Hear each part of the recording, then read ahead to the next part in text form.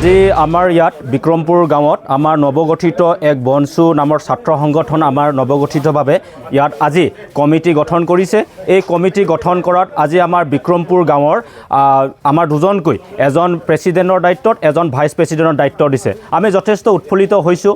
আজি আমাৰ সমাজখনত চৰকাৰক আমি যিবিলাক আমাৰ ৰাইজৰ যিবিলাক সমস্যাবিলাক আছে এই সমস্যাবিলাক উত্থাপন কৰিবলৈ বাবে আমাক এক মতামত অৰ্থাৎ এক জনমতৰ প্ৰয়োজন হয় আৰু এই জনমতবিলাক আমি চৰকাৰৰ আগত দাঙি ধৰিবৰ বাবে আমাক এক সংগঠনৰ প্ৰয়োজন হয়। আৰু আজি আমাৰ যি নৱগঠিত এই সংগঠনটো আহিছে আমি তেখেতসকলক আদৰণি ৱেলকাম জনাইছোঁ।